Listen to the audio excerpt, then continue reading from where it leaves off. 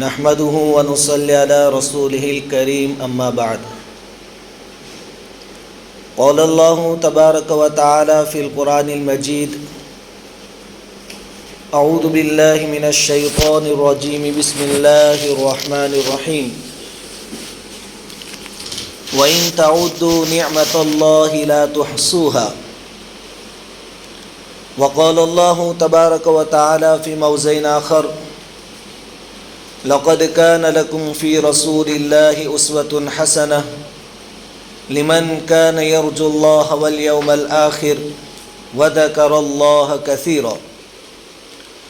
وقال الله تبارك وتعالى في موضع آخر: كل من عليها فان ويبقى وجه ربك ذو الجلال والإكرام فبأي آلاء ربكما تكذبان. اللہ تبارک و تعالیٰ کا بڑا کرم اور بڑا احسان ہے کہ اللہ رب العزت نے ہم سب کو ایمان کی دولت سے نوازا ہے.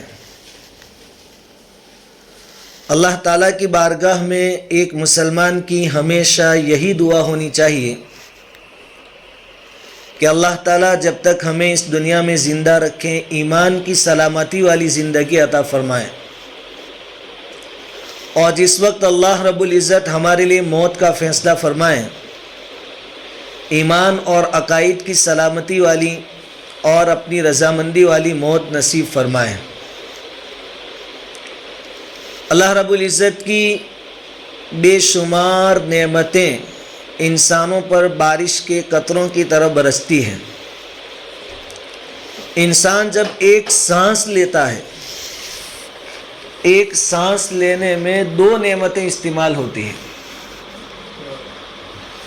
ایک تو صاف ستھری ہوا جس کو ہم آکسیجن کہتے ہیں وہ اندر جا رہی ہے، اور اندر کی ہوا باہر نکل رہی ہے. یہ دونوں بہت بڑی نعمتیں ہیں. جب آدمی کی موت کا وقت آتا ہے تو باہر سے اندر جانے والی ہوا روک لی جاتی ہے، یعنی یہ نعمت چھین لی جاتی ہے. اور جب یہ نعمت چھین لی جاتی ہے تو انسان کی موت واقع ہو جاتی ہے. ہمارا چلنا پھرنا، وقت پر بھوک کا لگنا، وقت آنے پر نیند کا آ جانا، یہ تمام اللہ رب العزت کی بہت بڑی نعمتیں ہیں. بلکہ اللہ رب العزت فرماتے ہیں کہ انسان کو جو موت آتی ہے، موت بھی بہت بڑی نعمت ہے. سورہ رحمان میں اللہ رب العزت نے شروع سے ہی بہت ساری نعمتوں کا تذکرہ فرمایا. الرحمن علم القرآن، کہ اللہ تعالیٰ نے قرآن سکھایا، یہ بہت بڑی نعمت ہے. خلق الانسان، انسان کو پیدا فرمایا، یہ بھی بہت بڑی نعمت ہے. علمہ البیان، اس کو بولتے سکھایا، یہ بھی بہت بڑی نعمت ہے. اس کے بعد اللہ تعالیٰ نے بہت ساری نعمتوں کو شمار کروایا. چاند سورج کا کام پہ لگنا، یہ تمام چیزیں اللہ رب العزت نے بطور نعمت کے بیان فرمائی. آگے چل کے اللہ رب العزت نے فرمایا کل من علیہا فان، تمام پر موت آنے والی ہے. اس کے بعد اللہ تعالیٰ فرماتے ہیں فَبِأَيِّ آلَاءِ رَبِّكُمَا تُكَذِّبَانِ، تم اپنے پروردگار کی کون کون سی نعمتوں کو جھٹلاؤ گے. یعنی جو موت آئے گی وہ بھی اللہ رب العزت کی بہت بڑی نعمت ہے. کس طرح؟ موت نعمت اس طرح ہے کہ اگر موت کا سلسلہ اللہ رب العزت جاری نہ فرماتے تو جو لوگ طاقتور ہے، متکبر ہے، ظالم ہے، ان کو کھلا میدان مل جاتا، ان کو کوئی روک ٹوک کرنے والا نہ ہوتا، اور وہ اور زیادہ ظلم میں آگے بڑھتے اور مظلوموں کے لیے اور زیادہ مشکلیاں پیدا ہو جاتی. اسی طرح اگر اللہ رب العزت موت کا سلسلہ شروع نہ فرماتے تو زمین پر پیر رکھنے کی جگہ باقی نہ رہتی. قرآن نے دوسری جگہ پر ان تمام چیزوں کو بیان فرمایا کہ وَلَوْلَا دَفْعُ اللَّهِ النَّاسَ بَعْضَهُمْ بِبَعْضٍ لَهُدِّمَتْ صَوَامِعُ وَبِيَعٌ وَصَلَوَاتٌ وَمَسَاجِدُ يُذْكَرُ فِيهَا اسْمُ اللَّهِ كَثِيرًا، کہ زمین پر مسجدیں اور ہر جگہ انسانوں کی بھیڑ سے پور ہو جاتی، یعنی انسانوں کی زندگی پھر دوبھر ہو جاتی، مشکل ہو جاتی. تو موت بھی اللہ رب العزت کی بہت بڑی نعمت ہے. بے شمار نعمتیں انسانوں پر اللہ رب العزت کی ہے. ان تمام نعمتوں میں سب سے بڑی نعمت اور سب سے قیمتی نعمت اگر کوئی ہے وہ ایمان کی نعمت. صحابہ کرام رضوان اللہ تعالی علیہ مجمعین نے اس نعمت کا ویلیو، اس کی قیمت کو جان لیا تھا، اس لیے اپنا سب کچھ قربان کر کے بھی، اپنا سب کچھ لٹا کر بھی ایمان کو انہوں نے محفوظ رکھا، اپنے ایمان کی حفاظت فرمائی. بہت سارے صحابہ کرام ایسے تھے کہ انہوں نے زندگی بھر محنت کی، محنت کے نتیجے میں ان کے کاروبار میں اللہ تعالیٰ نے برکت عطا فرمائی، اور مکہ میں انہوں نے اپنی کمائی میں سے بہت ساری پراپرٹیاں خریدی، پلاٹ خریدے، مکان بنائے، ان کا کاروبار آگے بڑھا. لیکن جب اپنے ایمان کی حفاظت کا مسئلہ پیدا ہوا اور ان کو مکہ چھوڑنا پڑا تو جاتے وقت کافروں نے، مشرکین مکہ نے ان کو راستے میں پکڑ لیا اور ان سے کہا کہ ہم آپ کو نہیں جانے دیں گے. تو ان جانے والوں نے، جن کا مقصد صرف اور صرف ایمان کی حفاظت تھی، ان مشرکوں اور کافروں کے ساتھ سودا کیا. سودا یہ کیا کہ ہمارا جو کچھ مکہ میں ہے، پلاٹس ہے، زمینیں ہیں، مکانات ہے، حتیٰ کہ کاروبار ہے، سب کچھ تم لے لو اور خالی ہاتھ ہمیں یہاں سے نکل جانے دو.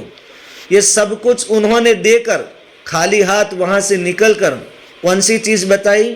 اپنے ایمان کو بچایا، کیونکہ ان کے نزدیک ان تمام چیزوں سے زیادہ قیمتی چیز ایمان تھا.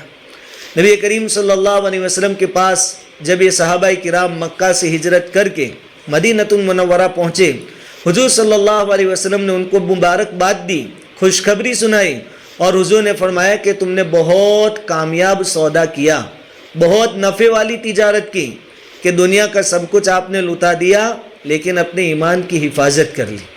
ایمان کی قیمت صحابہ کرام نے سمجھی تھی.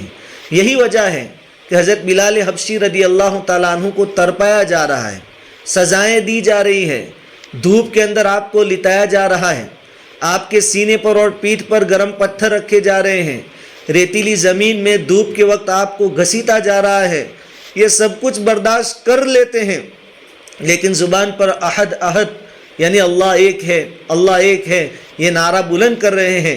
حضرت بلال رضی اللہ تعالیٰ عنہ کے اس بات کا احساس ہے کہ یہ جان جو اللہ رب العزت نے دی ہے وہ ایک بار جانی ہے، لیکن اگر ایمان کے ساتھ اس دنیا سے رخصت ہوئے تو پھر ہمیشہ کا چین سکون نصیب ہونے والا ہے. حضرت خباب بن ارت رضی اللہ تعالیٰ عنہ کو طرح طرح سے ستایا گیا، ان کی جان لے لی گئی، لیکن ہر قیمت ادا کر کے انہوں نے اپنے ایمان کی حفاظت فرمائی. ایسے تو کئی صحابہ کرام ہیں، ان میں عورتیں بھی تھیں. اسلام میں اپنے ایمان کی حفاظت کے خاطر سب سے پہلے جس عورت کا خون بہایا گیا ان کا نام حضرت سمیہ رضی اللہ تعالیٰ عنہ ہے. انہوں نے بھی اپنی جان کی فکر نہیں کی بلکہ سب سے پہلے اپنے ایمان کی فکر کی. ان کو نیزہ مارا گیا، شہید کر دیا گیا، لیکن انہوں نے کفر میں واپس جانے کو گوارا نہیں کیا. فرعون جس کا خود کا رب ہونے کا دعویٰ تھا، بڑا ظالم اور جابر تھا، قرآن نے اس کی ایک صفت بیان کی ہے، ایک حال بیان کیا ہے. وَفِرْعَوْنَ ذِي الْأَوْتَادِ، میخوں والا فرعون. میخوں والا یعنی فرعون جب کسی کو سزا دیتا تھا، بڑی خطرناک سزا دیتا تھا کہ اس کو زمین پر لٹا دیتا تھا اور اس کے ہاتھ اور پیروں میں کیلے ٹھوک دیتا تھا. اتنی خطرناک سزا دیتا تھا، اس لیے اس کو کہا گیا وَفِرْعَوْنَ ذِي الْأَوْتَادِ، میخوں والا فرعون. اس کے گھر میں اللہ کی ایک بندی ہے حضرت آسیہ رضی اللہ تعالیٰ عنہ، وہ مسلمان ہو گئی، ایمان لے آئی. سب شاہی تھات بات چھوڑنا پڑا، بلکہ جب فرعون کے سامنے ماں آسیہ رضی اللہ تعالیٰ عنہ کا ایمان ظاہر ہوا تو بڑی خطرناک سزا دی تاکہ وہ ایمان سے ہٹ جاوے، ایمان چھوڑ دے. لیکن اس اللہ کی بندی نے سب کچھ قربانیاں منظور رکھی، شاہی تھات بات چھوڑ دیا، اور جو کچھ سہولتیں اور فیسیلیٹیز ان کو ملتی تھی سب چھوڑنا گوارا کیا، اور جتنی تکلیفیں اس کو دی گئی سب برداشت کر لی، لیکن اپنے ایمان کے ساتھ کوئی سودا نہیں کیا، کوئی کمپرومائز نہیں کیا. یہ کون سی چیز تھی؟ یہ وہ بات تھی کہ ان لوگوں نے ایمان کی قیمت کو سمجھ لیا تھا کہ پوری کائنات میں سب سے زیادہ قیمتی اگر کوئی چیز ہے تو ایمان ہے. اس لیے انہوں نے اپنا سب کچھ قربان کر لیا لیکن اپنے ایمان کو حفاظت کے ساتھ دنیا سے لے کر رخصت ہوئے۔ ان قربانیوں کو اللہ رب العزت کبھی ضائع نہیں فرماتے ہیں۔ معاشیہ رضی اللہ تعالیٰ عنہ نے بڑی قربانی دی، اللہ رب العزت ان کو بڑا انعام بھی دیں گے۔ چنانچہ جنت میں نبی کریم صلی اللہ علیہ وسلم کے ساتھ آپ کا نکاح ہوگا۔ حضرت بلال حبشی جو حبشہ کے رہنے والے کالے کلوتے تھے، غریب مسکین اور فقیر قسم کے آدمی تھے، لیکن ان کی قربانیاں بڑی تھیں۔ اللہ رب العزت ان کو بڑا انعام دیں گے کہ نبی کریم صلی اللہ علیہ وسلم کے ساتھ جنت میں ان کو رہنا نصیب ہوگا۔ بہت سارے صحابہ کرام، بہت ساری صحابیات نے بے شمار قربانیاں دی، اپنا وطن چھوڑا، مکہ چھوڑا، کبھی حبشہ جانا پڑا، کبھی مدینہ جانا پڑا، کبھی کسی اور جگہ جانا پڑا۔ تمام چیزوں کو اور تمام مشکلات کو انہوں نے قبول کر لیا، برداشت کر لیا، لیکن ایمان کو انہوں نے نہیں چھوڑا۔ آج ہم جتنے دور نبوی سے دور ہوتے جا رہے ہیں، ہمارے دلوں میں ایمان کی اہمیت کم ہوتی جا رہی ہے، ایمان کی ویلیو ہمارے نزدیک بہت کم ہو گئی ہے۔ آج ہم اس درجے پر پہنچ چکے ہیں کہ معمولی ٹھنڈی کا بہانہ ہو تو ہم نماز چھوڑ سکتے ہیں، کوئی اور چیز ہے، شادی بیاہ کا موقع ہے، ہم پردے کے حکم کو پشے پشت ڈال سکتے ہیں، اور دو چار جمع ہو جاویں تو ہم غیبتوں میں مبتلا ہو سکتے ہیں، اور شریعت کے بڑے سے بڑے احکام کو ہم بہت آسانی کے ساتھ چھوڑ دیتے ہیں۔ اس کی ایک ہی وجہ ہے کہ ہمارے سامنے صرف اور صرف دنیا ہے۔ آج بہت سارے مسلمان مال و دولت جمع کرنا ہو کسی بھی طریقے سے کر لیتے ہیں، نہ اس میں حلال کا کوئی لحاظ رکھتے ہیں، نہ حرام کا کوئی پاس رکھتے ہیں۔ حالانکہ ہم جانتے ہیں کہ آدمی دنیا کتنی ساری بطور لے، کتنی ساری جمع کر لے، لیکن اس دنیا سے اس کو خالی ہاتھ جانا ہے۔ چنانچہ ایک کہانی کے طور پر ایک بات لکھی ہے کہ ایک آدمی بہت مالدار تھا۔ اس کہانی میں بڑا سبق ہے۔ بڑا آدمی تھا، مالدار آدمی تھا، زندگی بھر محنت کر کے بہت کمایا تھا، بہت ساری ملکت جمع کی تھی۔ جب وہ بیمار ہوا اور اسے یہ احساس ہوا کہ شاید اب میری زندگی ختم ہونے والی ہے، میری موت ہونے والی ہے، اس نے اپنے لڑکے کو بلایا اور کہا کہ میں اب مرنے والا ہوں، اس دنیا سے جانے والا ہوں، میری ایک وصیت ہے، اس پر تجھے میرے مرنے کے بعد عمل کرنا ہے۔ بیٹے نے کہا کہ ابا جی بتائیے کیا وصیت ہے؟ باپ نے کہا کہ میری ایک خواہش ہے کہ جب میں مر جاؤں اور مجھے غسل دیا جائے، اس کے بعد جب کفن پہنایا جائے تو کفن پہنانے سے پہلے میرے پیروں میں میرے فتح پرانے موجے پہنائے جائے۔ فتح پرانے موجے جو میں نے پہنے ہیں زندگی میں وہ پہنائے جائے، اور ان موزوں کے ساتھ مجھے کفن دیا جائے۔ میں یہ چاہتا ہوں کہ موزے پہن کر قبر میں مجھے اتارا جائے۔ میری اتنی سی چھوٹی سی وصیت ہے، اس کو تو ضرور پورا کریے۔ بیٹے نے کہا ٹھیک ہے ابا، میں آپ کی وصیت پوری کر دوں گا۔ کچھ دنوں کے بعد اس آدمی کا انتقال ہو گیا۔ اب غسل دیا گیا۔ اس کے بعد مسئلہ ہے کہ مردے کو کفن کے سوائے کچھ بھی پہنایا نہیں جاتا۔ تو بیٹے نے امام صاحب سے کانٹیکٹ کیا، مولانا کو مسئلہ پوچھا کہ ابا کی وصیت ہے، اور وصیت بہت آسان بھی ہے، ہم پوری کر دیں، اور فتح پرانے موزے ہی تو پہنانے ہیں، ہم پہنا دیں۔ امام صاحب نے کہا کہ ہم سب شریعت کے پابند ہیں، شریعت میں مرد کو سوائے 3 کپڑوں کے کچھ بھی رہنے سے منع کیا گیا ہے، لہذا ہم موزے نہیں پہنا سکتے۔ پھر بچے نے کہا، بہت اصرار کیا، بچے نے بہت ضد کی کہ مولانا کوئی راستہ نکالیں۔ مولانا صاحب نے اپنی بستی اور شہر کے دوسرے جو مولانا تھے سب کو جمع کیا کہ کوئی حل اس کا نکالیں۔ سب جمع ہوئے، لیکن مسئلہ شریعت کا تھا، اور شریعت کے سامنے کسی کا کچھ چلتا نہیں ہے۔ علماء میں آپس میں اختلاف ہوا، بعضوں کی رائے یہ ہوئی کہ اجازت دے دینی چاہیے، لیکن شریعت اپنی جگہ پر ہے اور لوگوں کا مشورہ اور رائے دوسری جگہ پر ہے۔ ابھی یہاں اختلاف چل رہا تھا کہ ایک آدمی مجمع میں آیا جلدی میں، اور اس نے پوچھا کہ جو آدمی مر گیا اس کا بیٹا کہاں ہے، جس کو وصیت کی تھی اس کے باپ نے۔ بیٹے نے کہا کہ میں ہوں۔ اس نے ایک خط دیا کہ تمہارے باپ نے مرنے سے پہلے مجھے دیا تھا کہ جب میں مر جاؤں تو یہ خط میرے بیٹے کو دے دینا۔ چنانچہ اس نے جب خط کھولا بیٹے نے تو خط میں لکھا تھا کہ بیٹے تو نے دیکھ لیا، کروڑوں روپیوں کی پراپرٹی میں نے چھوڑی ہے، اتنے مکانات چھوڑے ہیں، اتنا بڑا کاروبار چھوڑا ہے، لیکن میں فتح پرانے موزے بھی اپنے ساتھ لے جا سکتا نہیں ہوں اس دنیا سے۔ سب کچھ ہے لیکن قبر میں کچھ بھی آنے والا نہیں ہے، یہ تیرے لیے سبق ہے اور ہم سب کے لیے سبق ہے کہ ہم کتنا بھی جمع کر لیں لیکن ساتھ میں کچھ بھی آنے والا نہیں ہے. کام آئے گا اور ساتھ میں آئے گا قبر میں وہ انسان کے اعمال ہے. اس لیے ہمیں اپنی ایمان کی قدر کو پہچاننے کی ضرورت ہے اور آخرت کا استحضار، آخرت کا دھیان کرنے کی بہت ضرورت ہے. یہ زندگی تو جیسے تیسے بھی گزر جائے گی. مالداروں کی بھی گزر رہی ہے، فقیروں کی بھی گزر رہی ہے، محل میں رہنے والوں کی بھی زندگی گزر رہی ہے اور فٹ پاتھ پر سونے والوں کی بھی زندگی گزر رہی ہے. یہ زندگی بہرحال گزرنے والی ہے. اس لیے اس کی مثال برف سے دی ہے کہ جیسے برف کو آپ استعمال کریں یا نہ کریں وہ پگھل جائے گا، اسی طرح یہ زندگی آپ اچھی طرح گزاریں یا کچا پکا کھا کر گزار دیں وہ بہرحال گزرنے والی ہے. لیکن یہاں سے جو چیزیں کمائی وہ وہی کام آئے گی جو اللہ کے راستے میں دی گئی، اللہ کو خوش کرنے والے اعمال میں خرچ کی گئی. اس لیے آج بہت ضرورت ہے کہ ہم تھوڑا کم کھانا پڑے، کم کھانے کو پسند کریں، اس کو چلا لے، کچا پکا کھا لے، اور فتح پرانا پہننا پڑے تو پہن لے. نبی کریم صلی اللہ علیہ وسلم نے حضرت عائشہ رضی اللہ تعالیٰ عنہ سے یہ وصیت کی تھی کہ عائشہ اگر تو چاہتی ہے کہ جنت میں میرے ساتھ رہے، اگر تو چاہتی ہے کہ جنت میں میرے ساتھ رہے تو 3 کام کرنا. اگر ان 3 کام کو تو کرے گی تو میرے ساتھ رہنا تجھے جنت میں نصیب ہوگا. اس میں ایک کام کیا کہا تھا؟ حضور صلی اللہ علیہ وسلم نے فرمایا تھا کہ عائشہ مالداروں سے دور رہنا.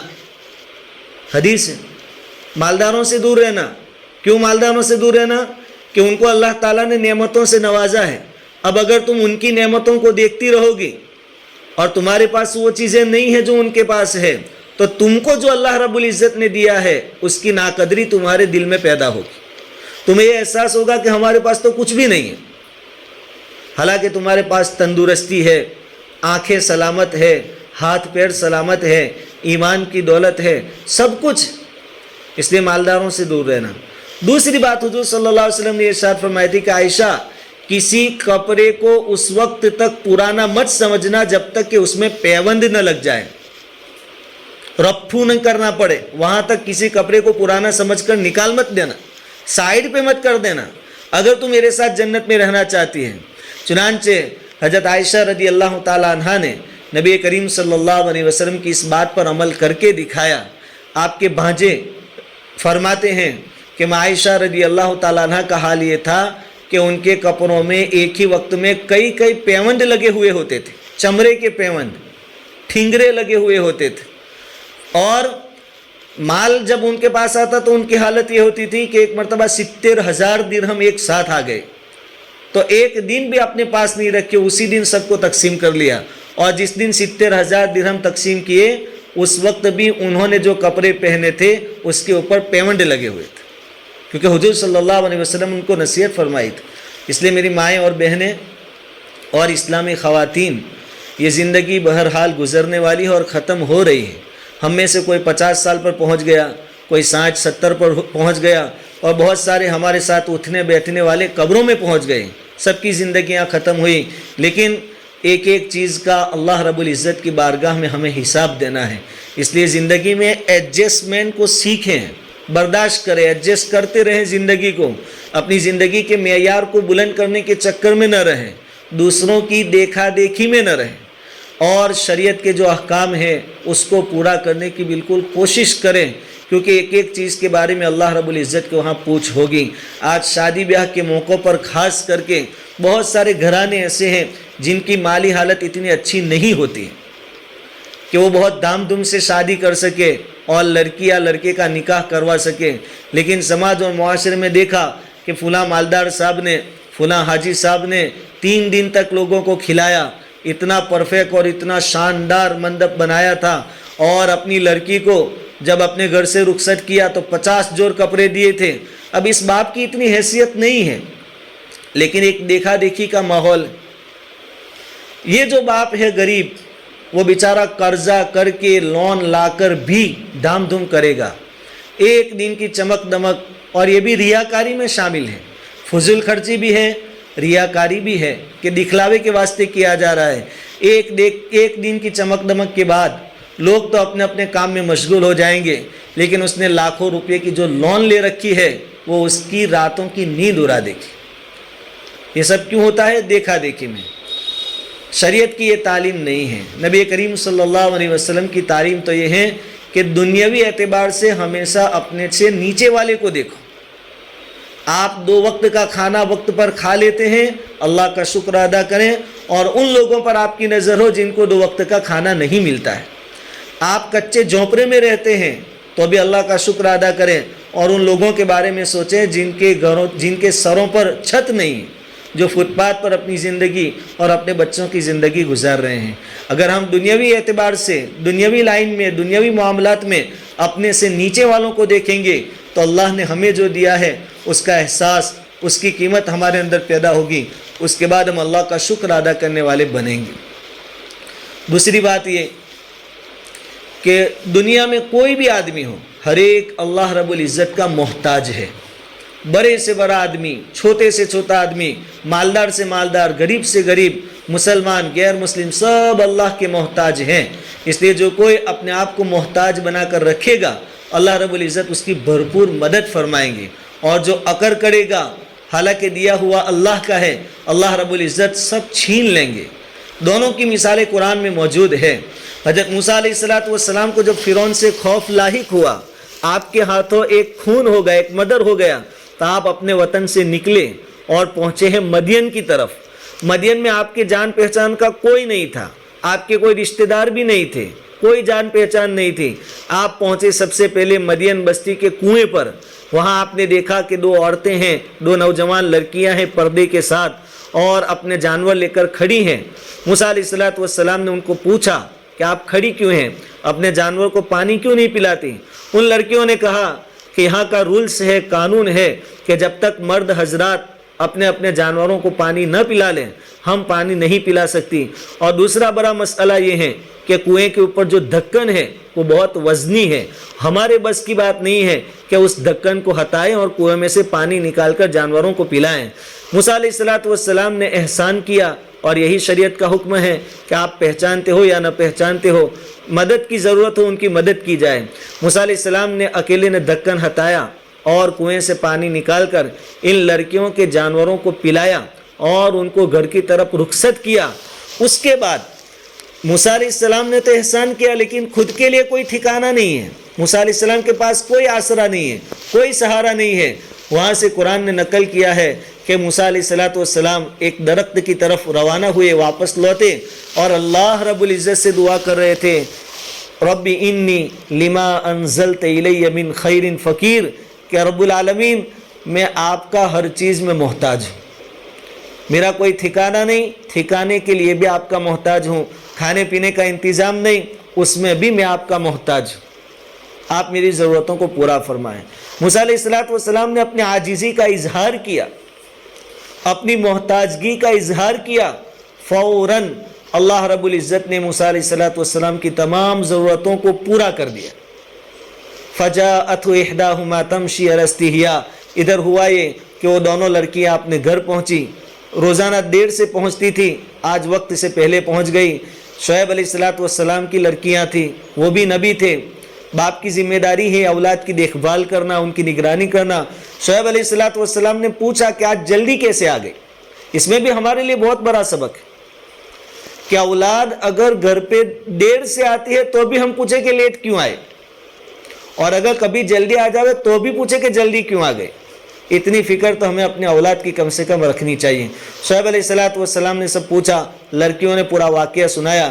شعیب علیہ السلام نے فرمایا اپنی لڑکی سے کہ جاؤ وہ جو مہمان تھے ان کو بلا کر لاؤ۔ چونکہ شعیب علیہ السلام بوڑھے تھے، آپ اتنے دور تک جا نہیں سکتے تھے، اس لیے اپنی لڑکی کو بھیجا۔ وہ لڑکی آئی اور موسیٰ علیہ السلام کو کہا کہ ہمارے ابا آپ کو بلاتے ہیں۔ کیوں بلاتے ہیں؟ کہ آپ نے ہم پر احسان کیا، وہ بھی آپ کے ساتھ احسان کا سلوک کرنا چاہتے ہیں۔ اس طریقے سے اللہ رب العزت نے موسیٰ علیہ السلام کے کھانے کا انتظام بھی فرما دیا اور ٹھکانے کا انتظام بھی فرما دیا، اور موسیٰ علیہ السلام کی شادی کا بھی انتظام فرما دیا، سب انتظام، اور موسیٰ علیہ السلام کے لیے جاب کا بھی انتظام فرما دیا کہ شعیب علیہ السلام نے یہ پیشکش کی کہ آپ ہمارے یہاں کام کریے 8 سال، اس کے بدلے میں ہم ہماری ایک لڑکی سے آپ کا نکاح کروا دیں گے۔ موسیٰ علیہ السلام نے صرف اپنی عاجزی کا اظہار اللہ رب العزت کے سامنے کیا تھا، اللہ رب العزت نے موسیٰ علیہ السلام کو ہر دولت سے نوازا، مکان ملا، ٹھکانہ ملا، نوکری بھی مل گئی اور لڑکی کا بھی انتظام ہو گیا۔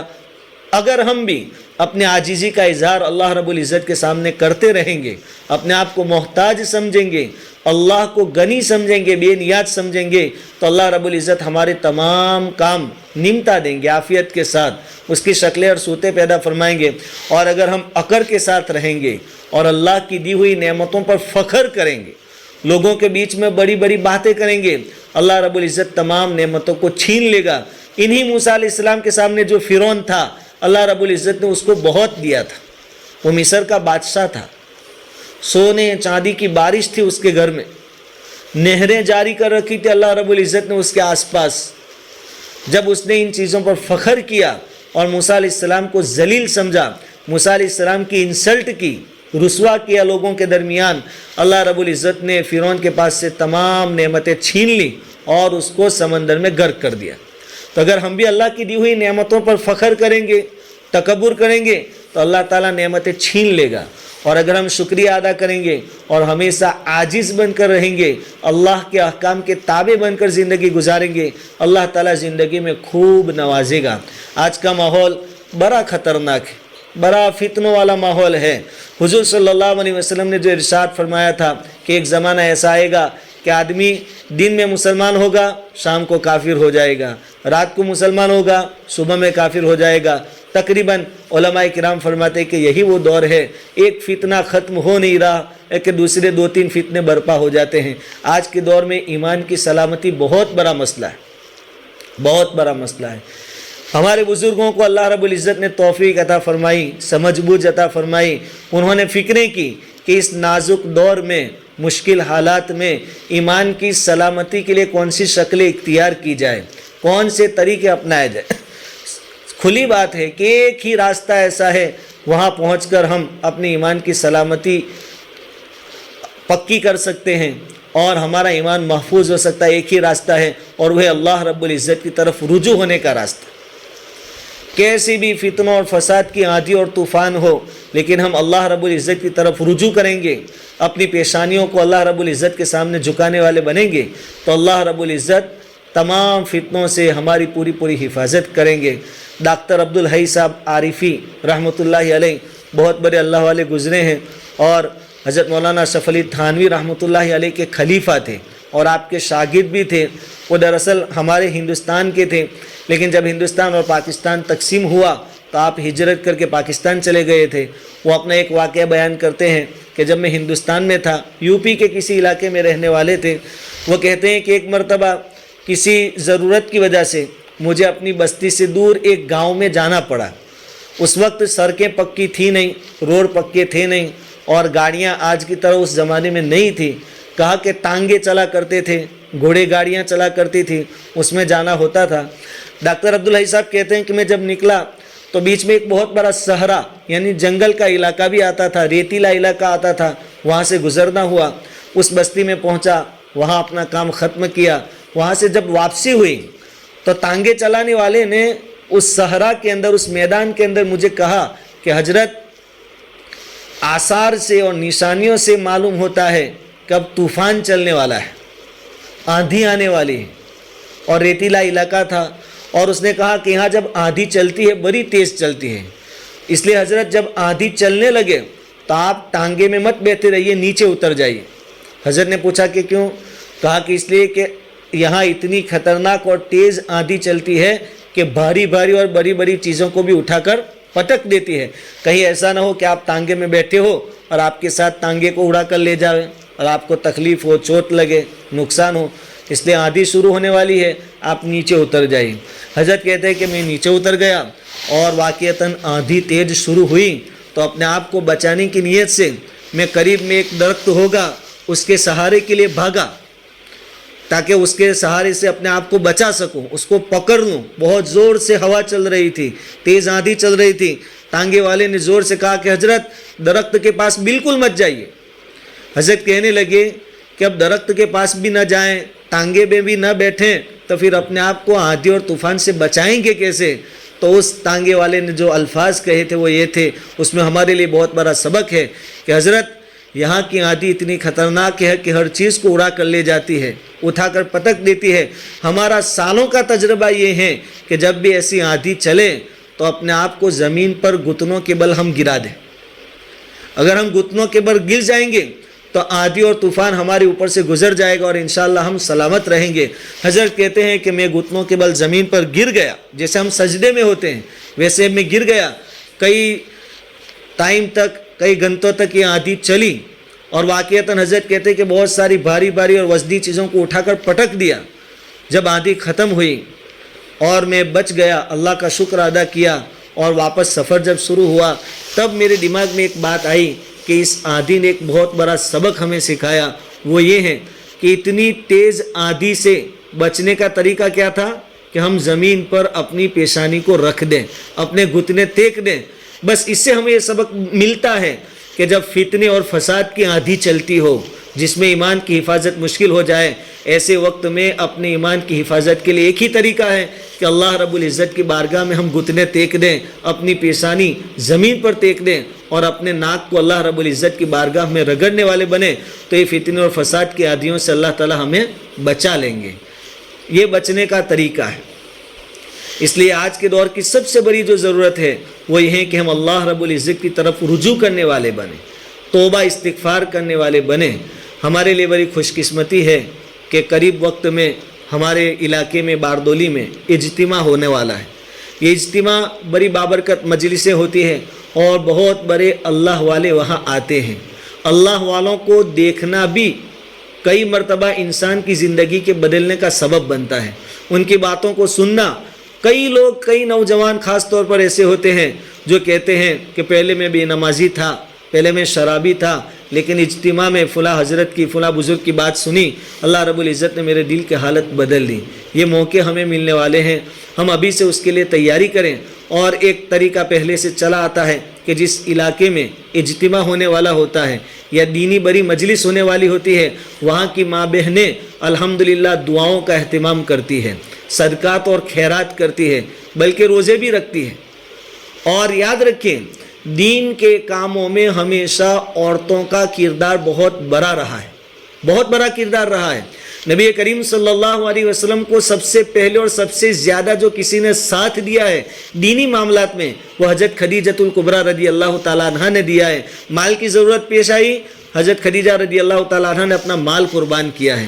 تسلی کی ضرورت پڑی کہ حضور پر جب پہلی مرتبہ وحی نازل ہوئی اور نبوت کی ذمہ داری آپ کے کندھوں پر ڈالی گئی، تو نبوت کی ذمہ داری کی وجہ سے حضور صلی اللہ علیہ وسلم کانپ اٹھے تھے، آپ گھبرا گئے تھے کہ میں یہ ذمہ داری کیسے پورا کروں گا۔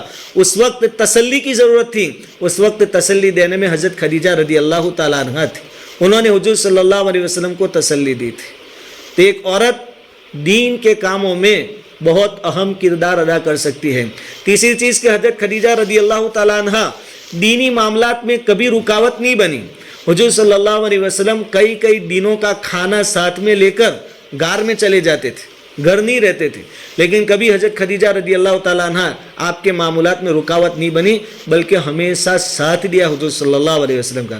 حضرت ابوبکر صدیق رضی اللہ تعالیٰ عنہ، ہجرت کا موقع آیا، حضور صلی اللہ علیہ وسلم کے ساتھ مدینہ کی ہجرت کرنی تھی، تو اپنے گھر میں جو کچھ پیسے تھے سب لے آئے، گھر میں کچھ بھی نہیں چھوڑا۔ جب روانہ ہو رہے تھے، ادھر گھر میں حضرت ابوبکر صدیق رضی اللہ تعالیٰ عنہ کے والد صاحب آئے، ابو قحافہ جن کا نام تھا، وہ آئے، وہ نابینا تھے، ان کی بڑی عمر تھی، وہ نابینا تھے، ان کو دکھائی نہیں دیتا تھا۔ انہوں نے اپنی بہو سے اور اپنی پوتیوں سے کہا کہ تمہارے باپ نے یعنی ابو بکر نے تمہارے ساتھ اچھا نہیں کیا کہ وہ تم کو چھوڑ کر چلا گیا، اور ساتھ میں یہ بھی کہا کہ وہ تو گیا لیکن سب کچھ لے کر گیا ہوگا، کچھ بھی چھوڑا نہیں ہوگا گھر میں۔ تو اس وقت صدیق اکبر رضی اللہ تعالیٰ عنہ کی بیوی اور آپ کی اولاد نے کیا کہا تھا؟ اولاد نے کہا تھا کہ دادا جان، ہمارے ابو نے ہمارے لیے چھوڑا ہے، حالانکہ گھر میں کچھ بھی نہیں چھوڑا تھا۔ اور پھر کیا کیا؟ دادا کو اطمینان دلانے کے لیے کہ ایک کونے میں کچھ پتھر وغیرہ رکھے ہوئے تھے، اس پر کپڑا رکھ دیا اور ان کا ہاتھ اس کے اوپر پھرا دیا کہ دیکھو ابا یہاں درہم اور دینار چھوڑ کر گئے۔ رکاوٹ بننا تو دور کی بات، بلکہ انسانوں کو دینی لائن میں تیار کرنے میں عورتوں کا بہت اہم کردار رہا ہے۔ امام بخاری رحمۃ اللہ علیہ کو ہر ایک جانتا ہے، ان کے نام سے ہر ایک واقف ہے۔ یہ امام بخاری رحمۃ اللہ علیہ بچپن میں جب پیدا ہوئے تو نابینا ہو گئے تھے، اندھے تھے، نظر نہیں آتا تھا۔ ان کی بینائی ان کی ماں کی دعاؤں سے واپس لوٹی، اور ان کی ہی صرف بینائی نہیں لوٹی بلکہ آج پوری دنیا ان کی لکھی ہوئی حدیثوں سے روشنی حاصل کر رہی۔ امام بخاری، ایسے کئی واقعات ہیں جس میں عورتوں نے دینی معاملات میں بہت اہم کردار نبھایا ہے۔ ہماری بستی کے لیے بھی موقع ہے، اجتماع قریب ہے، ہماری عورتوں سے بھی یہی چاہا جاتا ہے کہ دینی معاملات میں اپنے مردوں کو تیار کرنے کے واسطے اہم کردار نبھائیں۔ رکاوٹ بننا تو بہت دور کی بات، بلکہ اپنے بچوں کو تیار کریں، اپنے شوہروں کو تیار کریں، اپنے باپ، چچا، گھر والے، رشتہ دار سب کو تیار کریں کہ آپ دین کے کام میں لگ جاؤ، باقی سب کام گھریلو ہم سنبھال لیں گے۔ آخری ایک بات کہہ کر اپنی بات ختم کرتا ہوں کہ عورتوں نے جب قربانیاں دی تو بہت بڑی قربانیاں دی، اور کیسے کیسے جہاد کے لیے تیار کیا اپنے شوہروں کو۔ چنانچہ حضرت شیخ رحمۃ اللہ علیہ نے فضائل اعمال میں حکایت صحابہ میں یہ واقعہ لکھا ہے کہ ایک صحابی تھے، ان کا نام تھا حضرت عمرو بن جموح رضی اللہ تعالیٰ عنہ۔ وہ پیر سے معذور تھے، چل نہیں پاتے تھے، لیکن غزوہ احد کے لیے اعلان ہوا کہ بھائی لڑائی میں چلنا ہے۔ آپ کے 4 بیٹے تھے، وہ چاروں باری باری جہاد میں شریک ہوتے تھے۔ لوگوں نے آپ کو سمجھایا کہ آپ کے 4 بیٹے ہیں، جہاد میں شریک ہوتے ہیں اور آپ معذور ہیں، آپ کے لیے جہاد کا حکم نہیں ہے، 4 بیٹے آپ کی طرف سے کافی ہیں۔ انہوں نے کہا کہ مجھے بہت شرم آتی اس بات سے کہ میرے 4 بیٹے تو جہاد میں شریک ہوں اور اگر شہید ہو جائیں گے تو جنت میں جاویں اور میں جنت سے محروم رہ جاؤں گا، اس لیے میں بھی جہاد میں جانا چاہتا ہوں۔ اب معذور تھے، قربان جائیے ان کی بیوی پر۔ اصل کردار اصل رول جو نبھایا ان کی بیوی نے، ان کی بیوی بھی چاہتی تھی کہ میرے شوہر اگرچہ معذور ہیں، چل نہیں سکتے، لیکن وہ بھی چاہتی تھی کہ یہ بھی جہاد میں شریک ہوں اور ان کو بھی شہادت نصیب ہو۔ چنانچہ بیوی نے آپ کو ذرا چرایا، اور آپ سنیں اس طریقے سے دوسروں کو کہہ رہی ہے، آپ کو چرانے کے لیے، تیار کرنے کے لیے کہ مجھے نہیں لگتا کہ میرے شوہر جاوے، بلکہ میں تو دیکھ رہی ہوں کہ وہ پیٹھ پھیر کر بھاگ جائیں گے۔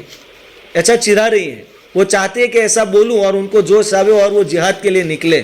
چنانچہ انہوں نے الفاظ سن لیے، فوراً قبلے کی طرف بیٹھ گئے منہ کر کے، اور ہاتھ اٹھا کر دعا کی کہ اللہ میں جہاد میں جا رہا ہوں، اور اللہم لا تردنی الی اہلی، کہ اللہ میری تجھ سے دعا ہے کہ میں مر جاؤں، مجھے شہادت نصیب ہو اور میرے گھر واپس بھی نہ آؤ، میری ناش بھی واپس نہ آئے۔ چنانچہ جہاد میں شریک ہوئے اور شہید ہو گئے۔ جب لڑائی ختم ہوئی، رشتہ دار اپنے رشتہ داروں کو تلاش کر رہے تھے، ان کی ناش اور اپنے 4 میں سے ایک لڑکا جو شہید ہوا ان کی ناش لے کر ان کی بیوی واپس مدینے کی طرف آنا چاہتی تھی۔ ان کی ناش کو، میت کو اونٹ کے اوپر رکھا اور اونٹ کو مدینہ کی طرف پھیرا تو اونٹ اپنا منہ احد کی طرف کر لیتا تھا۔